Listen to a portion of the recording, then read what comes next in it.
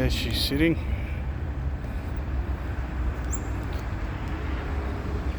It's come up pretty good.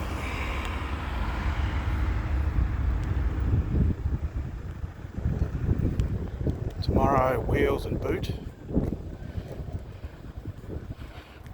One thing we haven't listed on the video, we've done the touch-ups with the paint. We've got some paint mixed up during the week and I've done the touch-ups, but it's coming out pretty good.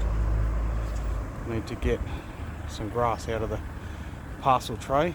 Don't know how grass gets up there, but country car things.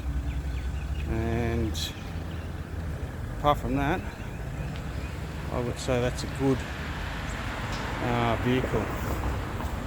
Looks amazing. Stand by.